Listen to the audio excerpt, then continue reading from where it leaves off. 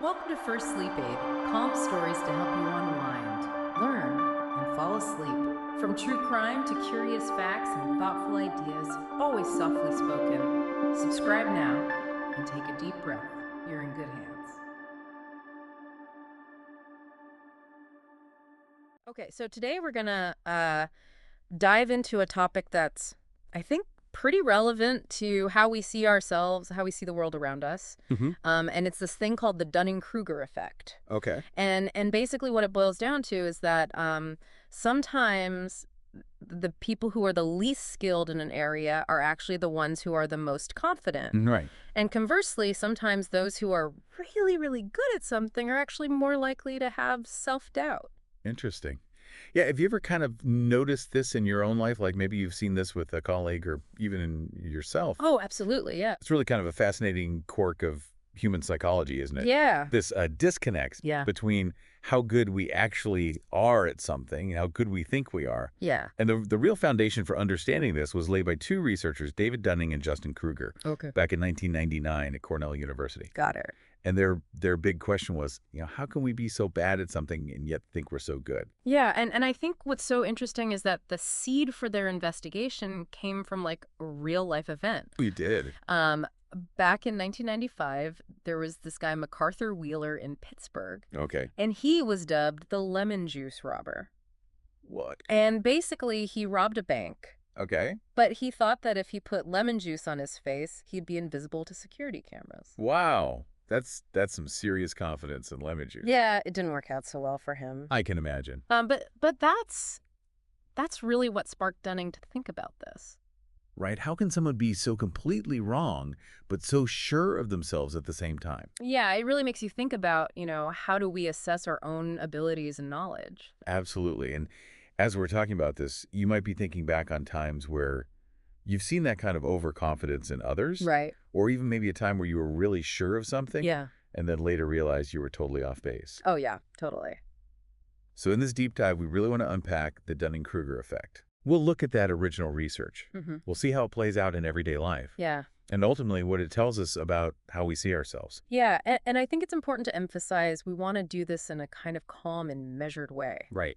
Yeah. No jumping to conclusions, That's just up there. really trying to understand this phenomenon. Yeah, and to be clear, as we go through this, we'll be talking about the scientific theory that Dunning and Kruger proposed. Got it. And then we'll also kind of step back and see how well that theory matches what we observe in the real world. Perfect. So let's jump right into the original 1999 study then. Okay, sounds good. So Dunning and Kruger, they did a bunch of studies with university students, Mm-hmm. and they asked these students to rate their own abilities in different areas like grammar, logical reasoning, and even humor. Oh, wow. Have you ever been asked to rate your own sense of humor? Oh, it's so hard, right? Yeah, you never know. You never know how funny you actually are to other people. Right, exactly. But what's really interesting about their findings is that consistently across all these different skills, Right. the students who scored in the bottom 25%, so those who were the least competent, Mm-hmm. they consistently rated themselves as way above average. Wow. Yeah, they weren't just a little bit off. They were often way off. That's wild. Yeah, and this really overconfidence in the least skilled people. That's the key observation from the study. Wow. Okay, so from that, they developed this framework of the 4 quadrants of competence. Exactly. It's a really helpful way to categorize how our actual competence and how aware we are of that competence kind of interact. Oh, okay. So could you kind of walk us through those 4 quadrants and maybe as you do, even think about where you might place yourself in different areas of your life? Okay, so the first quadrant is where you have people with low competence in an area, Mm-hmm. but they're also really unaware of how incompetent they are. Oh, so they're like double whammied. Yeah, you could say that they don't have the skills or knowledge, and because of that, they also can't accurately judge how well they're doing. So it's like they don't know enough to know how much they don't know? Exactly. It's a classic case of the Dunning-Kruger effect. Okay, got it. What about the second quadrant? So the second quadrant is kind of the opposite in terms of skill level, Okay. but similar in terms of awareness. Okay. So these are people who are actually really competent, Mm-hmm. but they don't seem to realize how good they are. Oh, interesting. So they're underestimating themselves. Yeah, they might just assume that if something's easy for them, it's easy for everyone. Right. And so they don't realize they're actually experts. Yeah, I think I know a few people like that. I think we all do. Okay, what about the third quadrant? So the third quadrant is where you have people with low competence, Mm-hmm. but they're aware of it. Mm-hmm. So they know they're not good at something. So they're realistic about their limitations. Exactly. They're humble. Okay. And then the final quadrant. The fourth quadrant is where we find the true experts. These are people who are highly competent, and they also have a really accurate understanding of their own abilities. So they're like the ideal combination. Yeah, they're skilled, and they know they're skilled. Got it. And what's really insightful about this model is that it shows how important metacognition is. Okay, and what is metacognition again? Yeah, it's basically the ability to think about your own thinking. Okay. So it's not just about what you know, it's about how well you know what you know. That's a mouthful. It is, but it's Right. really important because it helps us be more self-aware. So like being able to step back and say, hey, am I really as good at this as I think I am? Exactly. Okay, I get it. And that brings us to the concept of metacognitive blindness, which Dunning-Kruger proposed as an explanation for why those poor performers are so overconfident. Oh, okay. So tell me more about that. So their theory is that those who perform poorly, they kind of lack the mental tools they need to recognize their own incompetence. Oh, so it's like a double whammy. Yeah, they're not good at something, and they're also not good at realizing they're not good at it. Okay, so they're basically blind to their own shortcomings. Exactly. It's a blindness to their own lack of skill. And I guess this is just a theory, right? Right. It's a theoretical explanation for what they observed in their research. Okay, that makes sense. But it's a pretty powerful theory because it helps explain why some people are so resistant to feedback. Yeah, because if you don't realize you're doing something wrong, you're not going to want to change. Exactly. And that can make it really hard to learn and grow. Okay, so let's talk about some real-world examples. Yeah. How does this play out in our everyday lives? Yeah, like can you give us some situations where we might actually see the Dunning-Kruger effect in action? Sure. So think about education. Okay. You've probably seen students who bomb a test, but they were sure they aced it. Oh, yeah, totally. I've definitely been that student a few times. I think we all have at some point. Mm. And it's that disconnect between what they know and what they think they know that's the Dunning-Kruger effect at play.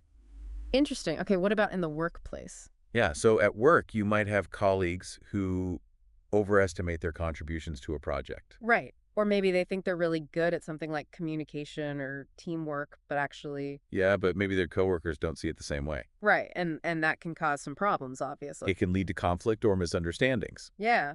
Okay. And what about on a bigger scale, like in society as a whole? Yeah, so think about public discourse. Okay. You often see people with strong opinions on really complex issues. Like climate change or vaccines or the economy. Exactly. Mm. But sometimes those opinions aren't based on a deep understanding of the issue.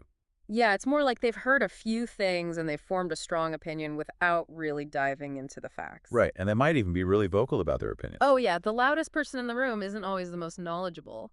Yeah, definitely not. And that could be a problem when it comes to making important decisions as a society. Yeah, because we want our decisions to be based on facts and evidence, not just strong opinions. Exactly. Okay, so we've talked about how the Dunning-Kruger effect can manifest in people who are overconfident. But what about the other side of the coin?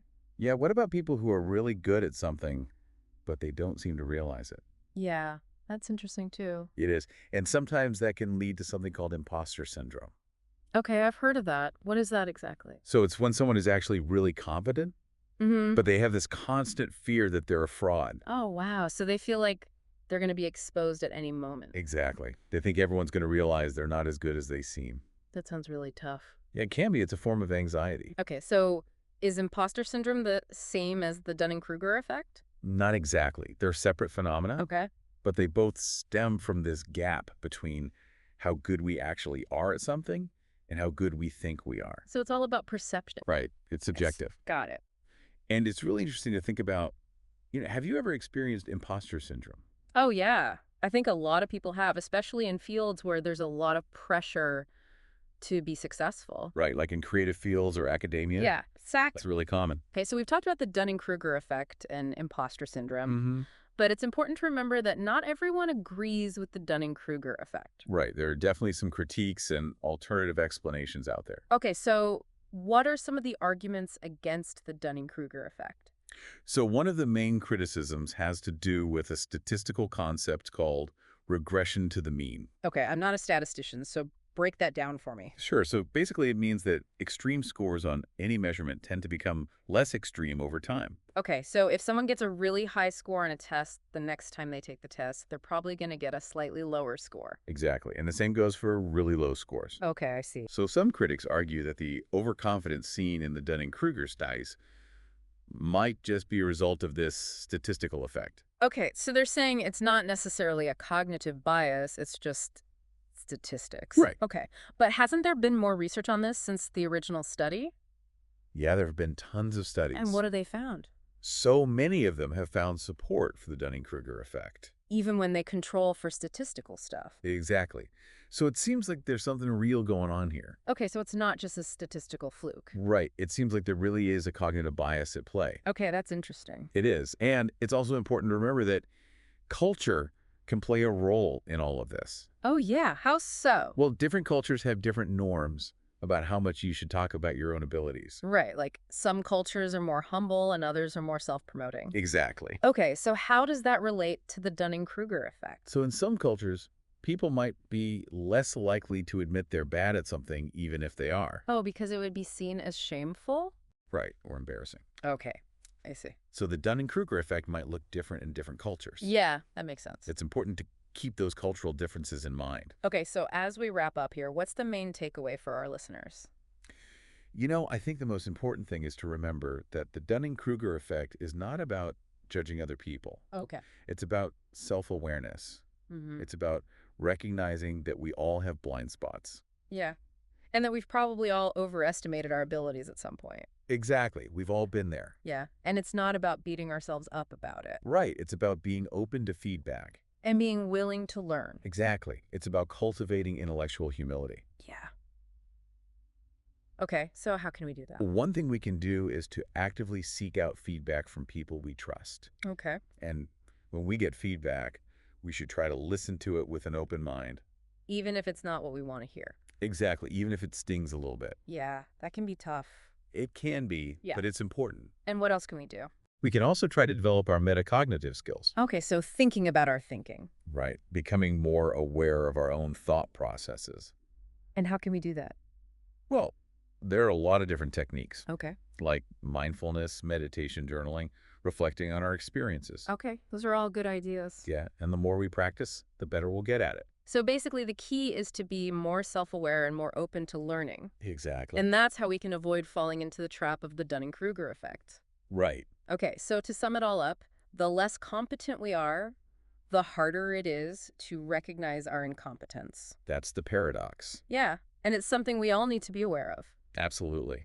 All right, well, thank you so much for this deep dive. It's been really insightful. My pleasure. It's been great talking about this with you. Yeah, and to our listeners, thank you for joining us. Yes, thank you for listening. And as you go about your day, maybe take a moment to reflect on this. Yeah. In what areas of your life might it be helpful to reassess your competence? That's a good question to ask yourself. Yeah, it's something we should all think about. Absolutely. All right, well, that's it for today. We'll see you next time. See you then.